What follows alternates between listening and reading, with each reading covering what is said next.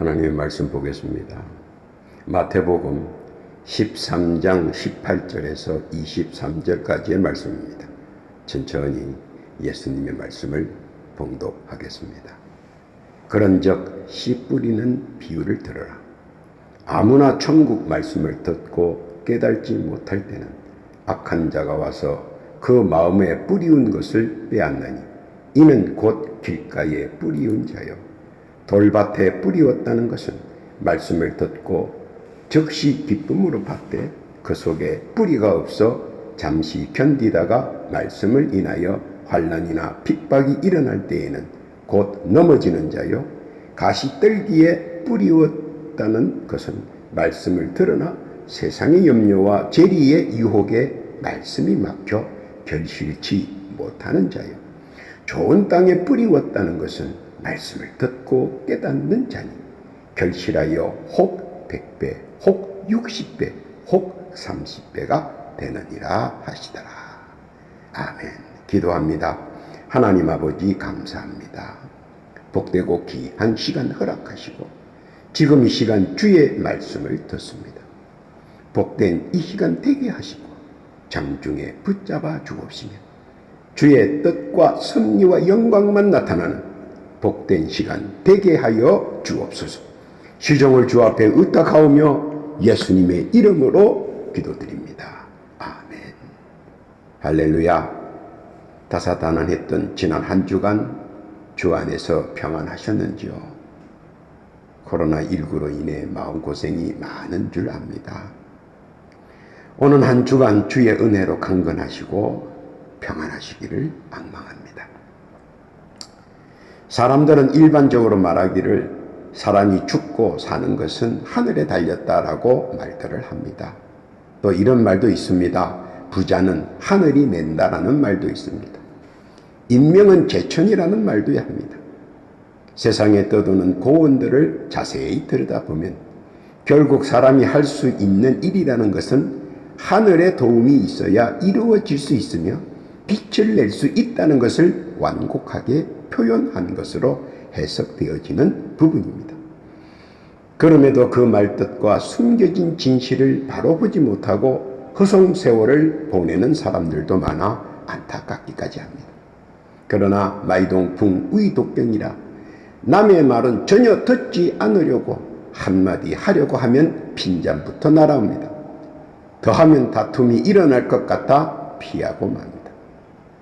그러나 세상에 떠도는 말들은 분명 그 이치가 있고 순리가 있어 통용되는 격언인 것을 제삼 인식하지 못하는 사람들도 많이 있습니다. 그러나 반대로 그런 말들을 잘 인식하는 사람들은 지혜롭게 처신을 잘합니다. 그리고 그 하늘이라고 칭하는 존재를 알려고 노력하기도 합니다. 종교를 떠나서 말입니다.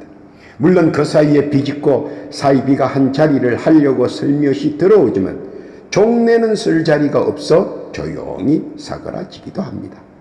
사람들은 한번 생각해 봅니다. 하늘이란 어떤 의미일까 하고 말입니다.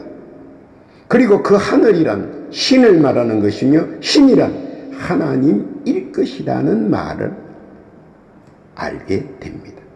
그리고 하나님에 대해 알고 싶어하고 많은 것들을 궁금해하며 더더욱 하나님을 잘 알고 싶어합니다.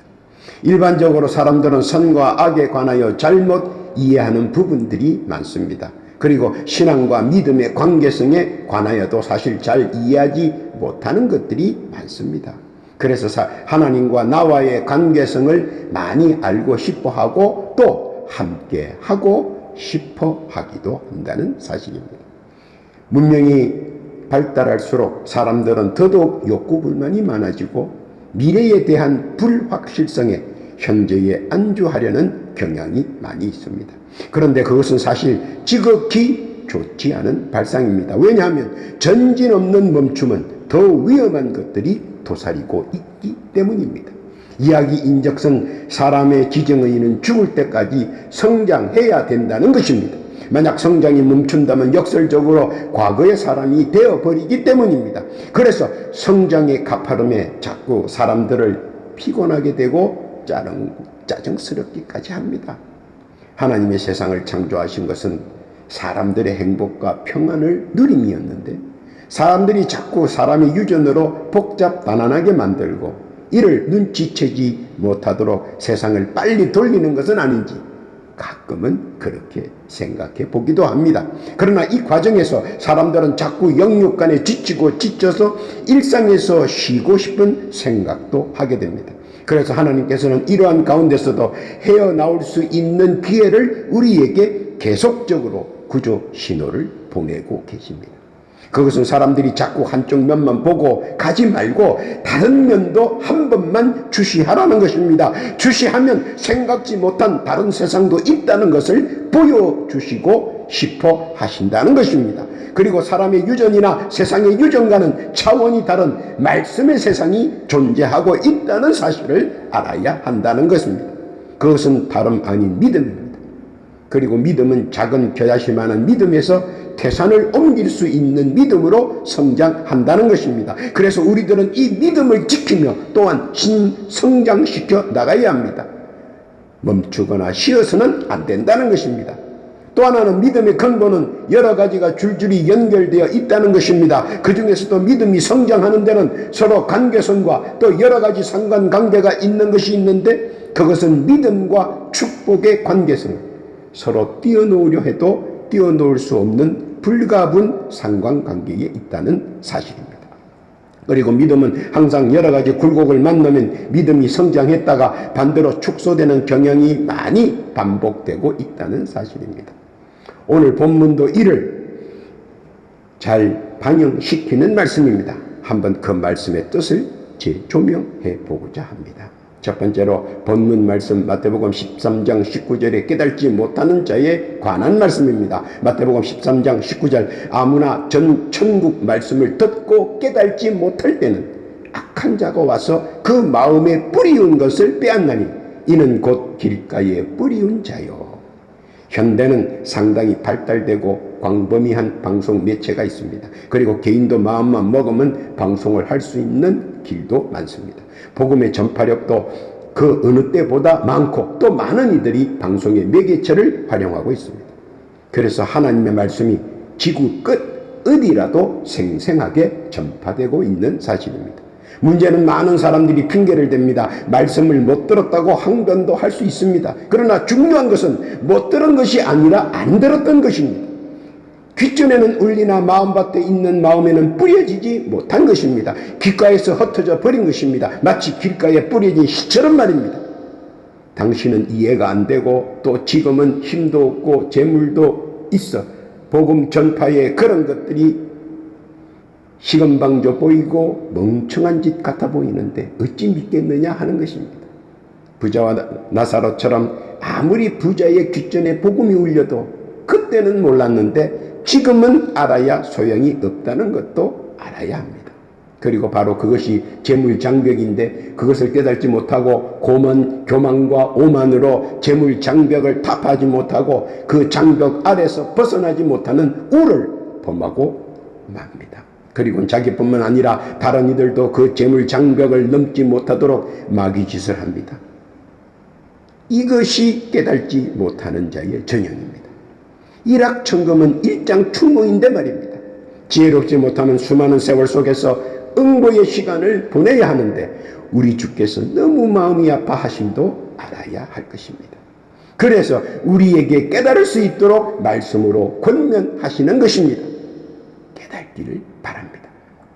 두 번째는 본문 말씀 마태복음 13장 20절에서 21절에 환난에 넘어지는 자에 관한 말씀입니다. 마태복음 13장 20절 이하입니다. 돌밭에 뿌리 왔다는 것은 말씀을 듣고 즉시 기쁨으로 받되 그 속에 뿌리가 없어 잠시 견디다가 말씀을 인하여 환난이나 핍박이 일어나는 때에는 곧 넘어지는 자요. 어떤 이는 이렇게 말합니다. 내가 악을 범하지 않고 사람을 속이지 않고 나의 일을 최선을 다해야 하고 그리고 열심히 살아가면 된다고 말입니다. 어느 정도 긍정적인 면도 있어 많은 사람들이 선호하고 따르는 말이기도 합니다. 옳은 말 같습니다. 그러나 환난이나 억압이 오면 이런 중천금이 점차 생각이 바뀌고 마음이 바뀝니다. 스스로 일을 한 거 해보고 대항도 해보지만 어느 사이인지 자신이 작은 자라는 사실을 인식합니다. 그리고 한 거나 대항이 전혀 먹혀 들어가지 않는다고 생각합니다. 그러면 푸념과 체념을 쏟아냅니다. 자신이 할 수 있는 일이 그것뿐이라는 사실을 잘 알기 때문입니다. 그리고 자신을 비하시킵니다. 그리고 이전에 가졌던 정의로운 건전한 생각은 어느덧 사라지게 됩니다. 그리고 반대되는 행위를 서슴없이 합니다. 악을 행하는 자를 모른 채 하고 남을 괴롭히는 자를 외면하고 그리고 못 본 채 못 들은 채 하며 묵묵히 그냥 살아갑니다. 필연적으로 망가지기 시작합니다. 그리고 서서히 곧았던 것들이 넘어지고 쓰러지며 침몰되기 시작합니다. 이때 재빨리 알아야 하는 것은 이를 타개할 수 있는 것, 자신을 쓰러지지 않게 잡아 지탱시켜 주는 것이 무엇인지 재빨리 알아야 한다는 것입니다. 잠시 오는 기쁨과 거쳐 썰고 지나가는 환난과 핍박에 쓰러지지 않게 버팀목이 되어주는 것은 하나님 말씀이며 이 말씀을 마음판에 새겨야 한다는 것입니다. 그렇지 않고 쓰러진 후에는 메마른 썩은 씨앗만 남아있다는 사실을 알아야 합니다. 절대 애한으로 눈물을 흘리며 뒤돌아보지는 마십시오. 롯의 아내와 같이 한서린 속은 기둥이 될 뿐입니다. 그러므로 말씀을 버팀목으로 잡아야 합니다. 흘려듣지 마십시오. 말씀을 버팀목으로 해서 환난과 역경과 고난을 넘어지거나 쓰러지지 않고 헤쳐나갈 수 있다는 사실입니다. 깨닫기를 바랍니다. 세 번째 본문 말씀 마태복음 13장 22절에 결실치 못하는 자에 관한 말씀입니다. 마태복음 13장 22절입니다. 가시떨기에 뿌리웠다는 것은 말씀을 드러나 세상의 염려와 재리의 유혹에 말씀이 맡겨 결실치 못하는 자요. 가지 많은 나무는 바람 잘 날 없다는 말이 있습니다. 조금만 미풍이 불어도 가지가지 소리에 요란합니다. 자금의 한국의 사태를 보면 더 잘 알 수 있습니다. 너무나도 목소리들이 커서 들을 수밖에 없습니다. 세상 염려를 기하러 서로 저마다 한마디 하겠다고 애국자로 자처하고 거리로 뛰쳐나옵니다. 그것 때문에 세상이 더 염려스러운 것은 아닌지 심히 염려스럽습니다. 재리의 유혹에 저마다 부동산의 우위를 점하겠다고 아우성입니다. 난리 아닌 난리로 가만히 있는 국민들도 부추겨 나라 전체가 술렁이고 출렁이게 만듭니다. 그리고 이에 편성하여 수많은 사이비와 거짓이 판을 치고 난무합니다. 이제는 어떤 것이 진실이고 어떤 것이 진리인지 헷갈리는 판국이 되어버렸습니다. 국민들이 그나마 존경의 끈을 마지막까지 움켜잡았던 종교인들까지 출렁입니다. 막말로 세상에 믿을 놈이 없게 되었다고 합니다.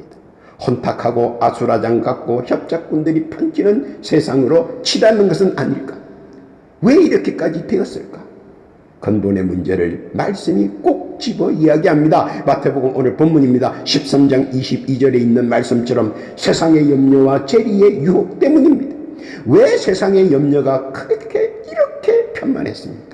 근본적인 것은 마음의 안식처가 없다는 것입니다. 마음이 평온하면 욕심이 사라지고 마음이 평온하면 탐심이 사라지고 마음이 평온하면 분쟁이 사라집니다. 그런데 반대로 마음의 염려가 생기면 욕심이 분출되고 마음의 염려가 생기면 탐심이 용호 성박으로 폭발하고 마음의 염려가 쌓이면 분쟁이 생사혈투로 아비규환이 됩니다. 그래서 마음의 안식처가 필요합니다. 그 마음의 안식처는 하나님의 말씀으로만 찾을 수 있습니다. 말씀으로 마음의 안식처를 참으려면 욕심이 사라지고 탐심이 사라지고 분쟁이 사라집니다. 그리고 말씀으로 모든 평화가 시작됩니다. 욕심이 사라지고 탐심이 사라지고 분쟁이 사라지면 그 뒤에 쫓아오는 것은 평화입니다. 말씀으로 마음의 안식 누리시기를 권면합니다. 또 하나는 재리의 유혹입니다. 세상은 돈이 모든 것을 해결할 수 있다고 은연중에 세상에 편만되어 있습니다. 그리고 그것은 사실처럼 보이기도 합니다. 또 그것들을 부추기는 무리들도 있습니다. 그러나 그것이 만연하기 시작합니다. 그러나 이것을 알아야 합니다. 10편 90편 10절에 보면 우리의 연수가 70이요 강건하면 80이라도 그 연수의 자랑은 수고와 슬픔뿐이요 신속히 가니 우리가 날아가나이다. 성경에도 사람 나이 80 이상이면 결국 남는 것은 아픔과 공고뿐이라고 말씀합니다. 그리고 멀리 멀리 날아간다고 충고합니다. 있는 것에 만족하고 유산보다 재산으로 현재 누리는데 더 값지게 사용하는 것으로 또 미래에 우리에게 올 우리의 안식처에 남길 것으로 사용되어져야 한다고 생각하면 재리의 걱정 근심은 저절로 사라지게 되는 것입니다. 세상에서도 사용치 못한 유산을 안식처에서는 사용할 수 있겠습니까? 영원한 안식처에 빈곤한 자가 되지 마시기를 바랍니다. 또 결실치 못한 자가 되지 마시기 바랍니다. 깨닫기를 바랍니다. 마음밭에 말씀의 씨앗인 들음을 심으세요. 그리고 말씀의 단비로 가꾸세요. 말씀이 마음밭에서 점점 연결어 갑니다. 우리들은 세상의 근심과 재리의 유혹을 넘어갈 수 있습니다. 그러나 말씀으로 헤쳐나갈 수 있습니다. 말씀으로 충분히 가능합니다. 믿으시기를 바랍니다. 네 번째로 본문 말씀 마태복음 13장 23절에 깨달는 자에 관한 말씀입니다. 마태복음 13장 23절입니다. 좋은 땅에 뿌리웠다는 것은 말씀을 듣고 깨달는 자니 결실하여 혹 100배, 혹 60배, 혹 30배가 되느니라 하시더라. 믿음은 깨달음이 중요합니다. 믿음은 말씀을 깨달아야 그 진가가 나타납니다. 만약 그렇지 않다면 뜨거움만 가중됩니다. 뜨거움은 어느 정도의 오름이 끝나면 식어버리고 차가워집니다. 다시 그 뜨거움에 도달하려면 이전의 열정으로는 힘이 벅찹니다. 그래서 하다 스스로 무너지기 시작하고 계속 뜨뜨거니 하다가 식어 차가워집니다. 차가워지니까 점차 냉소적으로 변해버립니다. 그리고 자자찬으로 새어나오는 말이 있습니다. 나도 다 해봤어. 나도 뜨거워 봤어. 나도 할 만큼 다 했어. 푸념 아닌 푸념이 한탄의 메아리가 되어 입에서 퍼져 나옵니다. 그래서 믿음은 깨달음이 필요하고 깨달음의 근본은 말씀입니다. 말씀의 깨달음이 바로 믿음의 성장 기초되는 것입니다. 그리고 말씀 깨달음은 말씀 사모의 뜨거움으로 진행되어집니다. 그냥 찬송만 부르면서 감동적 뜨거움이 아니라 지적과 영적의 뜨거움입니다. 그래야 식지 않고 그 믿음의 뜨거움을 계속 가지고 나아갈 수 있기 때문입니다. 이때 믿음의 능력이 성장합니다. 믿음은 받아는 것들의 실상이며 표상입니다. 그래서 믿음의 성장은 믿음의 실상에 풍성한 결실을 맺히게 되는 것입니다. 100배, 60배, 30배로 말입니다. 그런데 믿음은 언제나 굴곡이 포함되어 있고 내포되어 있습니다. 굴곡 없는 믿음의 성장은 없고 고단 없는 믿음의 성장은 없습니다. 믿는 자는 그 어간에 있을 환난과 핍박 그리고 고난을 단지 과정으로 보는 것입니다. 결코 목적이 아니고 지나가는 과정이기에 기쁨으로 즐거움으로 넘어갈 수 있다는 것입니다. 앞이 캄캄할 때는 지나가는 바람도 태풍 같아 무섭지만 앞을 볼 수 있을 때는 바람은 지나가는 과정일 뿐이다. 염려는 멀리 날려보내고 환난은 구경거리로 전락시키며 고난은 장차 맞이할 믿음의 실상을 상기하며 가볍게 넘어갈 줄 아는 믿음의 지혜가 생겨나는 것입니다. 아브라함의 종이 그랬습니다. 창세기 24장 48절에 보면 나의 주인 아브라함의 하나님 여호와께서 나를 바른 길로 인도하사 나의 주인의 동생의 딸을 그 아들을 위에 택하게 하셨으므로 내가 머리를 숙여 그에게 경배하고 찬송하였나이다. 종은 이렇게 믿음의 지혜를 고백했습니다. 야곱도 그랬습니다. 창세기 31장 4절 이하에 보면 야곱이 보내어 라헬과 레아를 자기 양떼 있는 들로 불러다가 그들에게 이르되 내가 그대들의 아버지의 안색을 본즉 내게 대하여 전과 같지 아니하도다. 그러할지라도 내 아버지의 하나님은 나와 함께 계셨느니라. 그대들도 알거니와 내가 힘을 다하여 그대들의 아버지를 섬겼거늘 그대들의 아버지가 나를 속여 품삯을 10번이나 번역하였느니라. 그러나 하나님이 그를 금하사 나를 해치 못하게 하셨으니 그가 이르기를 점 있는 것이 내 싹이 되리라 하면 온 양떼에 낳은 것이 점 있는 것이요 또 얼룩무늬 있는 것이 내 싹이 되리라 하면 온 양떼에 낳은 것이 얼룩무늬 있는 것입니다.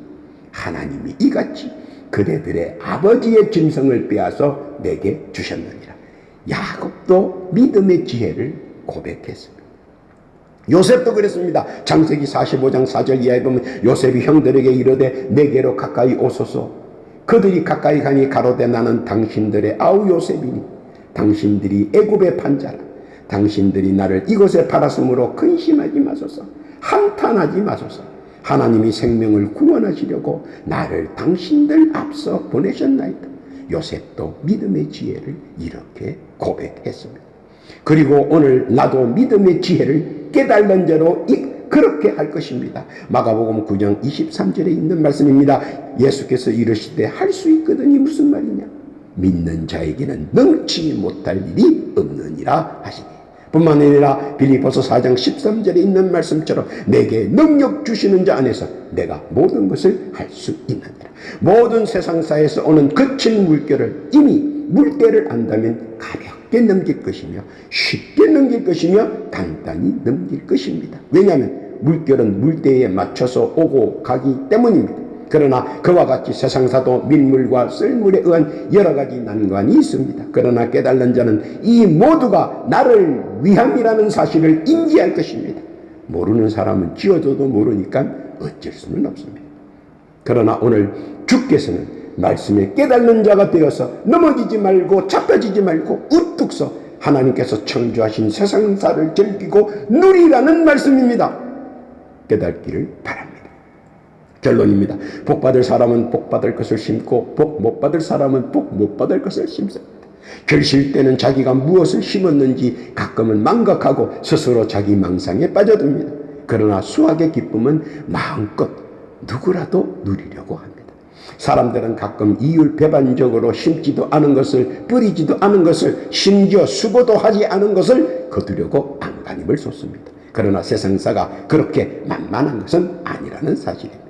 그럼에도 불구하고 그 어떤 비난이라도 무릅쓰고라도 쟁취하기 위하여 온갖 추악한 방법들을 다 동원하고자 합니다. 또한 수단과 방법을 가리지 않고 탈취하려고 혈안이 되어 난리를 칩니다. 그리고 자기 자신의 게으름과 나태를 원망하는 것이 아니라 타인을 원망하며 호시탐탐 타인의 복을 가로채려고 두 눈을 부릅뜨고 혈안되어 사방으로 찾아다닙니다. 마치 맹수가 먹이를 찾듯이 눈에 불을 켜지만 그러나 그것조차 쉽게 이루어질 수가 없습니다.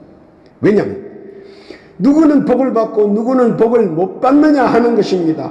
장벽은 단 하나입니다. 그 장벽은 과연 무엇입니까? 바로 믿느냐 불신하느냐 하는 겁니다.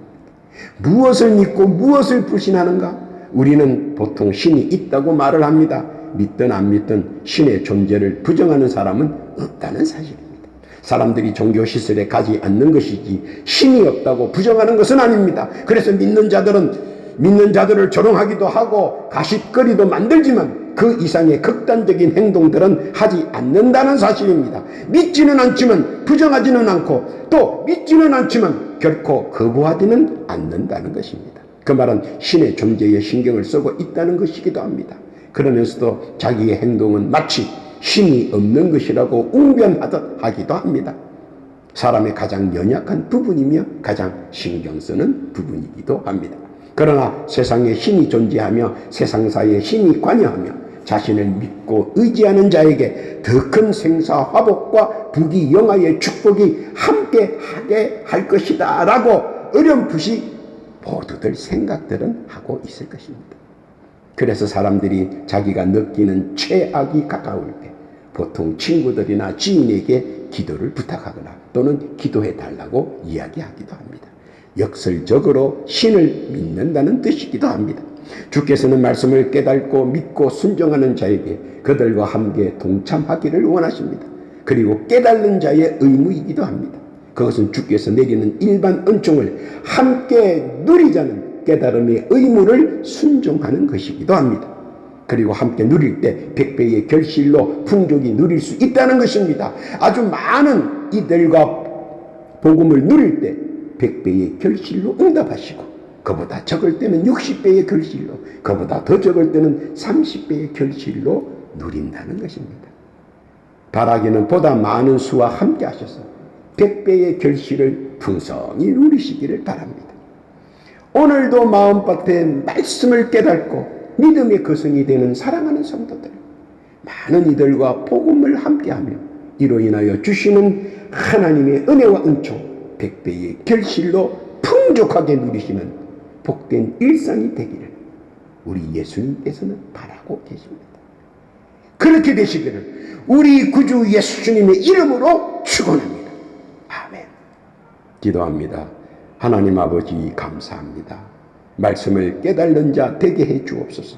허락하신 은혜와 은총 믿음으로 100배의 결실로 풍족히 누리는 자 되게 해 주옵소서. 그렇게 해 주실 줄로 믿습니다. 또한 기도하옵기는 육신의 질고로 고통받는 자 둘러보시고 이 시간 치료의 명으로 빛을 발하사 치유케 하옵시고 이전보다 더 건강케 하여 주옵소서. 그렇게 해 주실 줄로 믿습니다. 더하여 기도하옵기는 각자 올리는 기도의 제목이 있습니다. 올리는 기도의 제목 온전히 주 앞에 상달게 하옵시고 작은 것 하나까지 세세히 응답 받기를 원합니다. 응답 내려 주옵소서. 우리의 기도가 온전히 주 앞에 상달된 줄 믿사옵고 우리 구주 예수님의 이름으로 기도하옵나이다. 아멘.